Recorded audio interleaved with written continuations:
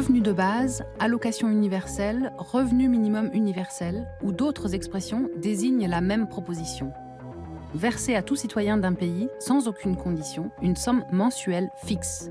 Cette idée ancienne, défendue par des grands patrons et des politiques de tous bords, a réapparu dans le contexte des élections et du chômage qui, selon beaucoup, va encore croître avec l'automatisation et la robotisation des tâches.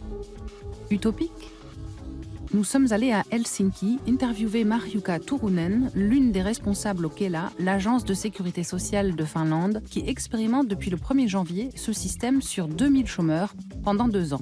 Si elle est enthousiaste, Anne Edu, membre du collectif des économistes atterrés, dont le livre Faut-il un revenu universel est paru ces jours-ci, l'est beaucoup moins.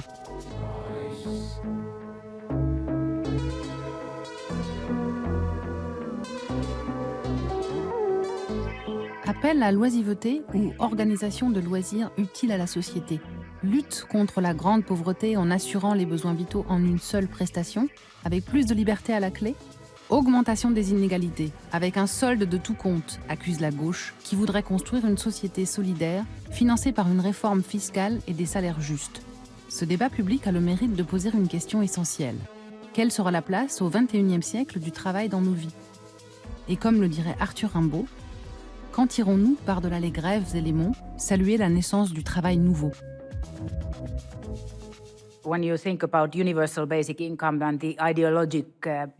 Quand on réfléchit au revenu universel et à l'idéologie qui le sous-tend, qu'il serait la solution à bien des problèmes, ce dont je suis convaincue d'ailleurs, l'idée même qui l'accompagne est assez contestable, car elle implique de faire table rase de tout autre type d'allocation pour les remplacer par une seule. C'est là le principe pur du revenu de base universel.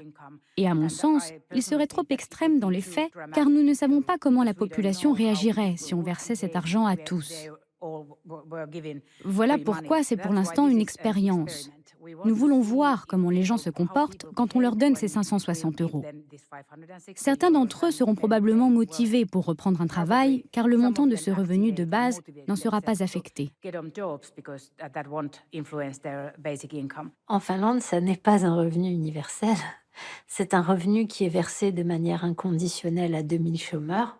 Donc bien sûr, ça les aide, quelle que soit leur situation, qu'ils soient complètement au chômage, qu'ils aient une petite activité, qu'ils aient l'intention de monter une entreprise, peu importe. Face aux défis que représente le chômage, le revenu universel ne peut pas apparaître comme une solution parce que c'est pas en distribuant à tous, riches et pauvres, un revenu qu'on réglera des problèmes qui se nouent ailleurs que dans la sphère de la redistribution, qui se noue dans la sphère de la production.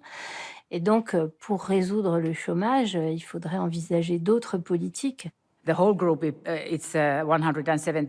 groupe entier d'allocataires recevant des indemnités chômage au Kela, l'Agence centrale des prestations sociales en Finlande, compte 177 000 personnes. Parmi elles, nous en avons choisi 2000 au hasard, mais l'expérience concerne aussi les autres, qu'on appelle le groupe de contrôle. Et nous observons également le comportement des 175 000 restants qui ne le reçoivent pas pour le comparer avec celui des 2000 bénéficiaires de ce nouveau revenu de base. Vous demandez quels sont les avantages de cette nouvelle prestation. Bien sûr, nous aimerions voir si ce revenu de base de 560 € peut être un moyen stimulant vers la reprise d'activité. Il y a cette version libérale de la fin de l'emploi qu'on connaît, en disant finalement on va assister à un marché du travail de plus en plus dérégulé, c'est quelque chose de massif, l'ubérisation.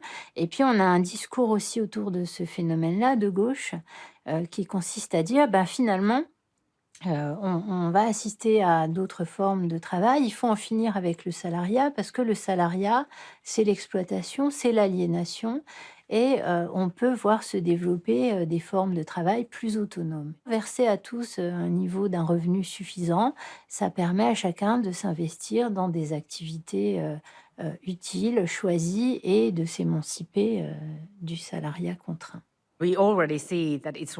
Nous observons déjà que cela fonctionne, et je l'espère pour un grand nombre des participants à cette expérience, car il y aura sans doute toujours des gens qui ne voudront pas occuper d'emploi. Je pense personnellement que les hommes sont un peu comme les animaux.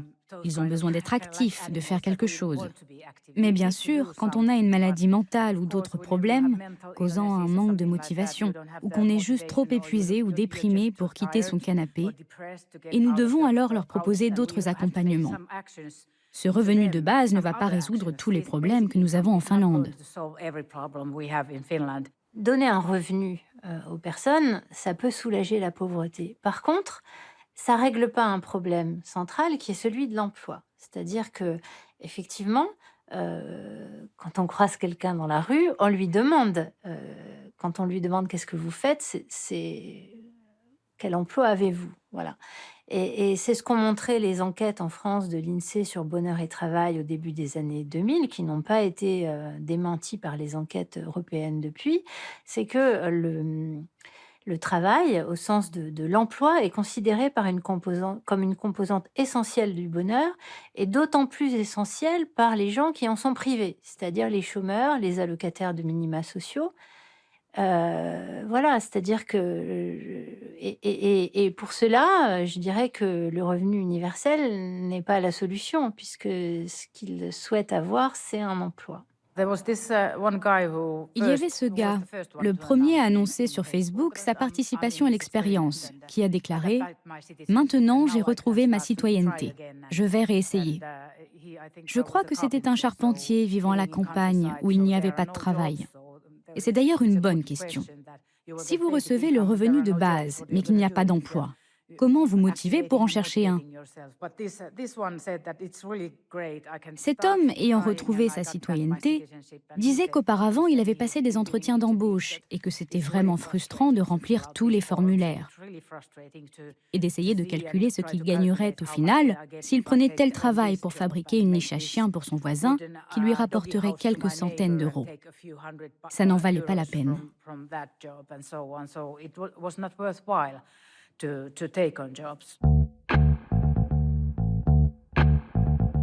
Of course, it has other kind of like, Et bien sûr, il y a d'autres effets indirects pour ces allocataires. D'abord, je crois que leur niveau de stress diminue parce qu'ils n'ont plus à s'inquiéter autant pour l'argent. Bien sûr, 560 € par mois n'est pas grand-chose en soi, mais au moins, ils peuvent compter dessus. Si bien que chacun peut organiser sa vie et construire ses projets sur cette base. Il peut se dire, quoi qu'il arrive, au moins j'aurai ça. Cela libère l'esprit et motive ces personnes qui s'énervaient en passant leur temps à remplir ces formulaires, à subir toute cette bureaucratie du système de protection sociale actuel.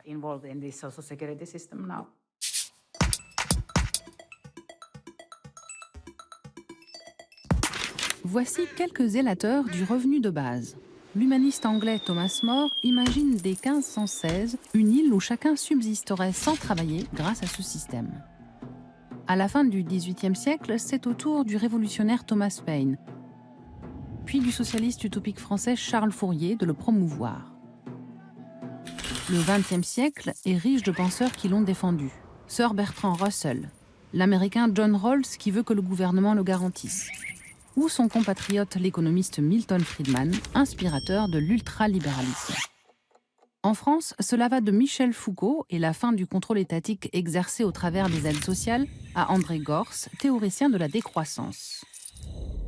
Le philosophe belge Philippe Van Parijs est le ténor actuel. Comme en musique, l'histoire des idées a ses refrains.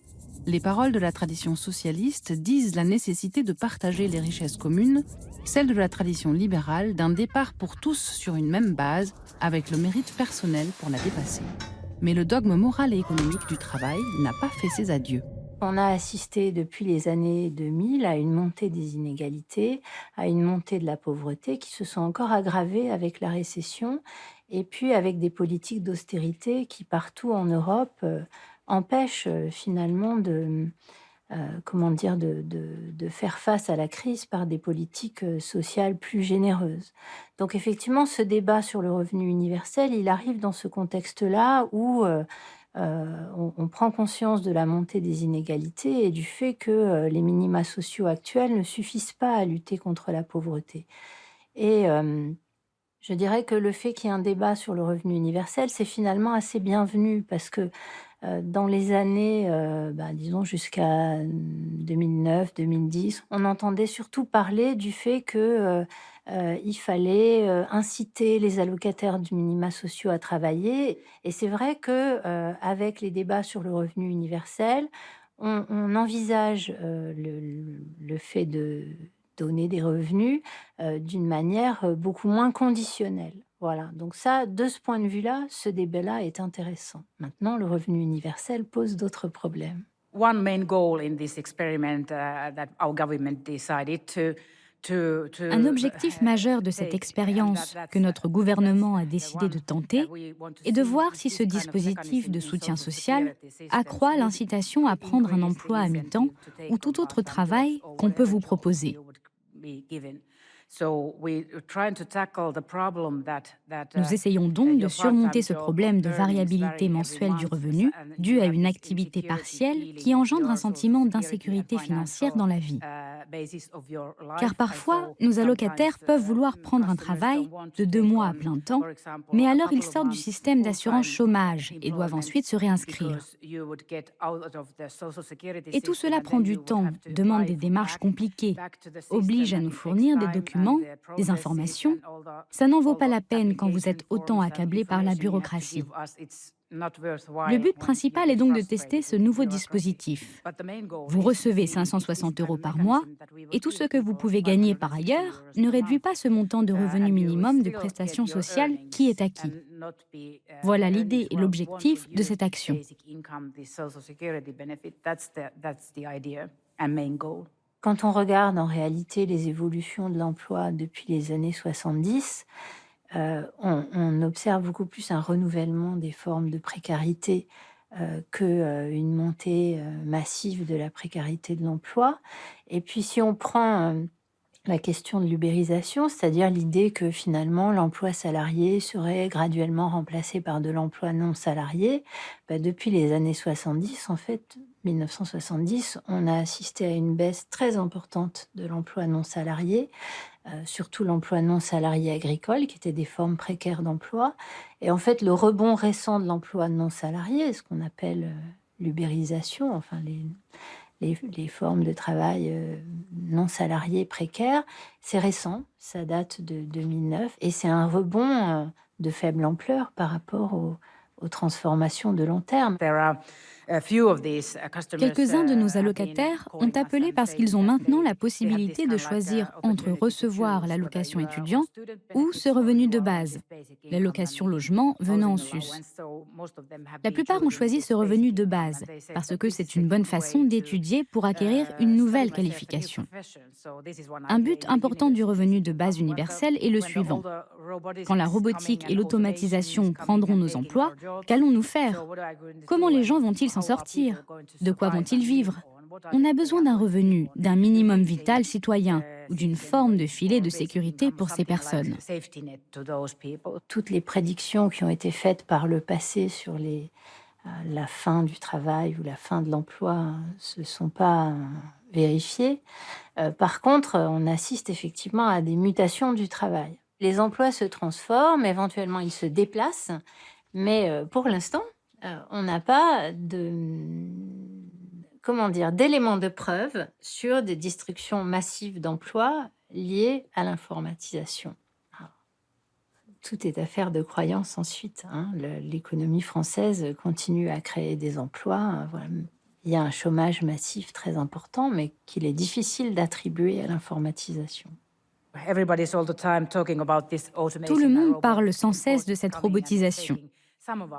Bien sûr qu'elle progresse et absorbe des emplois, mais d'autres sont créés dans des secteurs d'activité différents. Alors je ne crois pas du tout que tous les emplois vont disparaître et que nous ayons besoin de ce revenu de base universel pour notre survie. Il y aura des emplois, mais ils seront juste différents et nous pourrons ainsi voir dans quel domaine il y a du travail et réaffecter les ressources humaines en fonction. C'est ce que font les conseillers à l'emploi, former les candidats aux métiers dont on aura besoin à l'avenir. Avec la montée du temps partiel dans les années 80 et avec la récession, le temps partiel est de plus en plus souvent subi. Les femmes représentent aussi le gros des salariés à temps partiel subis. Et donc voilà, le revenu universel, de ce point de vue-là, ce ne serait pas quelque chose d'émancipateur. Il faut savoir aussi que, alors on le trouve moins aujourd'hui dans les discours, mais dans les années 90, chez les tenants du revenu universel, il y avait l'idée que ça permettrait aux femmes qui veulent s'occuper de leurs enfants de s'en occuper et aux jeunes qui veulent travailler de travailler. Or, on sait depuis par les enquêtes que en France, 6 femmes au foyer sur 10 disent vouloir travailler. Donc voilà, le désir d'emploi, il est très grand chez tout le monde.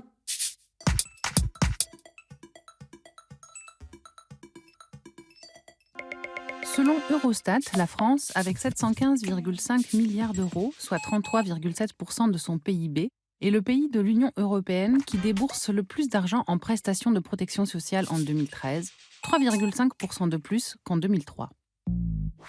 Celles-ci comprennent la totalité des dépenses sociales, entre autres l'assurance maladie, la retraite, l'assurance chômage. La deuxième place revient au Danemark, qui y consacre 33%, avec une progression de 2,9% dans le même laps de temps. La Lettonie est alors le pays le moins généreux, avec 14,4%. Selon le Bundesamt für Arbeit und Soziales, à cette même date, l'Allemagne a dépensé 812 milliards d'euros, une réduction de 2,6% en 10 ans, passant de 32,3% à 29,7% entre 2003 et 2013. En 2008 et 2009, au début de la crise économique, le pourcentage moyen des prestations de l'UE a grimpé de 25,6% à 28,3%. On est très proche avec le revenu universel de ce que disait Milton Friedman dans son ouvrage de 1962. Il disait on va aider les gens, les individus, il parlait d'individus, en leur donnant ce dont ils ont le plus besoin, à savoir du cash, des espèces. Mais est-ce que c'est vraiment des espèces, du cash, dont les personnes ont le plus besoin? Pas seulement, sans doute. Voilà. Donc, je pense, pour toutes ces raisons-là, que le revenu universel n'est pas un projet de société. Money is not the answer to everybody. It's the answer to some of these people. L'argent n'est pas la solution pour tous. C'est la solution pour une partie de ces gens. Mais nous avons déjà eu des retours enthousiastes d'allocataires du genre « Maintenant, je peux prendre un boulot à mi-temps sans craindre que ce salaire ne diminue mon revenu de base. » Et en tant que fonctionnaire, je vois aussi l'autre avantage à ce dispositif. Il réduit la paperasse et libère nos allocataires, qui peuvent mieux se consacrer à chercher du travail au lieu de remplir des formulaires et mettre à jour leurs dossiers. Cela nous libère, nous aussi, pour accomplir des tâches plus importantes, comme par exemple nous occuper des clients bénéficiaires des pensions d'invalidité, qui ont besoin de plus d'attention que ces chômeurs, et tous ceux qui peuvent remplir leurs formulaires en ligne. Cela dégage du temps pour se consacrer à autre chose, et c'est très appréciable.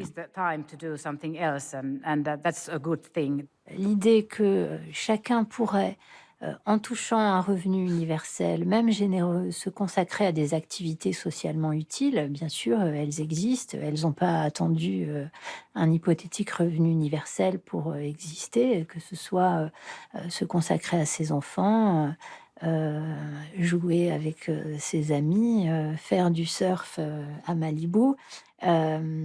Voilà, toutes sortes d'activités utiles et agréables existent. Elles créent du lien social. Elles sont donc tout à fait essentielles à la vie de la société. Par contre, elles ne permettraient pas de créer des richesses qui financeraient la protection sociale et un revenu de type revenu universel.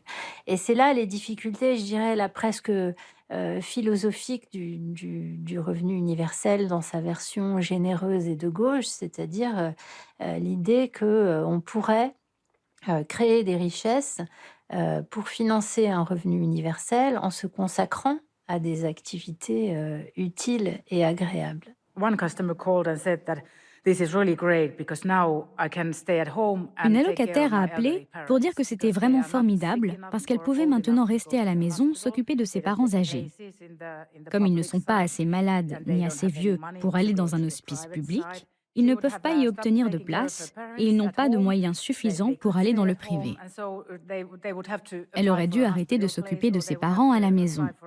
Ils n'auraient pas pu rester chez eux et auraient été obligés de demander une place dans un hospice ou dans un établissement privé. Nous aurions dû payer pour leur hébergement, ainsi qu'une allocation d'invalidité pour les soins à résidence, si bien que cela aurait été financé d'une autre façon, en revenant bien plus cher que ce que coûte le revenu de base versé à cette personne-là, qui peut et veut s'occuper de ses parents âgés. C'est un gros problème ici en Finlande, car nous avons une explosion du nombre des retraités et le vieillissement de notre population augmente plus rapidement que dans tout autre pays européen. Ce dispositif apporterait donc une réponse possible à ce problème.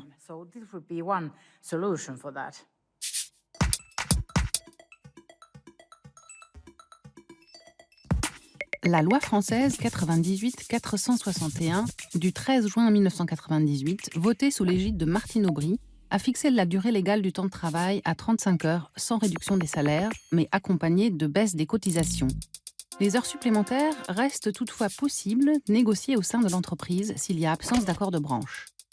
18 ans plus tard, l'article 2 de la loi du travail numéro 2016-1088, dite loi El Khomri, du 8 août 2016, donne la primauté aux accords d'entreprise sur les conventions de branche en matière de temps de travail. En Allemagne, l'autonomie tarifaire est garantie par l'article 9, paragraphe 3 du Grundgesetz. La durée du travail est fixée par convention collective établie entre les partenaires sociaux dans chaque branche professionnelle. 5 branches, dont la métallurgie, ont une durée du travail de 35 heures hebdomadaires. La durée du travail maximale par semaine est limitée à 48 heures.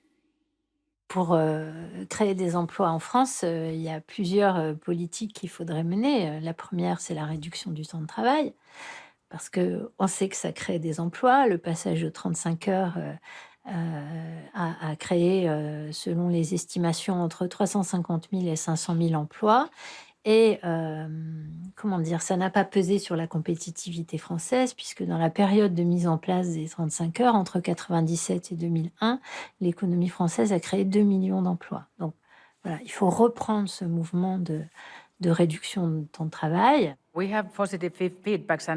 Nous avons des retours très positifs et nous envisageons d'élargir le champ de l'expérimentation. Il nous faut aussi inclure le volet fiscal, mais nous n'avons pas eu le temps de le faire dans cette première phase test parce que l'impôt fonctionne en année civile et le délai était trop court pour que les services fiscaux s'articulent au projet. Mais certains décideurs voudraient voir le fonctionnement de cette fiscalité.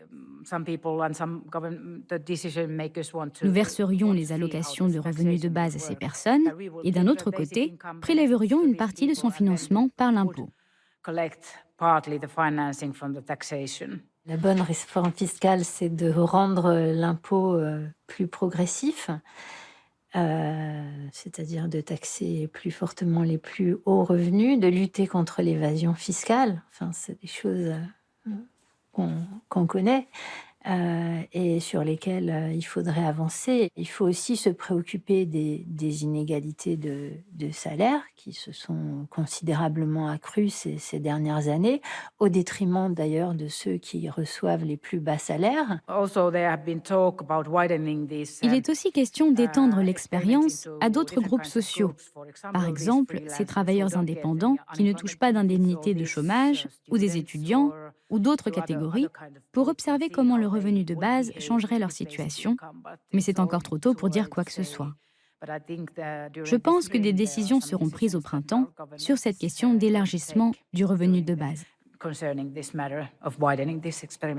Budgétairement, ce n'est pas envisageable de verser à tous, riches et pauvres, ni en Finlande ni ailleurs, un revenu. Et pourtant, 560 € n'est pas un revenu très très élevé. Maintenant, s'il s'agissait de le verser à tout le monde en Finlande, est-ce que ça voudrait dire qu'on renonce à toutes les autres protections, notamment aux indemnités de chômage, qui sont d'un niveau plus élevé en Finlande que ces 560 €? Si l'on étendait l'attribution des 560 € à tous les citoyens de Finlande, cela coûterait 15 milliards d'euros. Et nous, Kela, distribuons actuellement 14,3 milliards en allocations diverses. Cela vous indique que cela ne coûterait pas beaucoup plus. Mais 560 € par personne n'est pas suffisant. Il faudrait que ce soit plus élevé. Et je pense qu'on ne peut pas supprimer tout le système d'enseignement gratuit, et le système de sécurité sociale, et les autres aides environnementales, etc. Tous ces soutiens institutionnels sont nécessaires à la protection de la population. Il faut aussi se préoccuper de créer des emplois, de changer notre modèle productif, c'est-à-dire de développer un modèle productif qui soit écologiquement et socialement plus soutenable, et puis de réduire le temps de travail. Voilà. Donc, les garanties de revenus, ça semble quelque chose d'essentiel, mais à condition de les réserver pour des raisons de financement de la protection sociale à ceux qui en ont besoin. Il y a des dispositifs que nous pourrions essayer d'installer de façon pérenne. Par exemple, pour les chômeurs.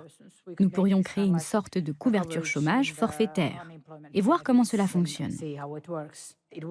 Il serait bon d'expérimenter ce type de revenu de base partiel. Partiel parce qu'il remplacerait seulement certaines de nos allocations existantes, surtout l'indemnité chômage.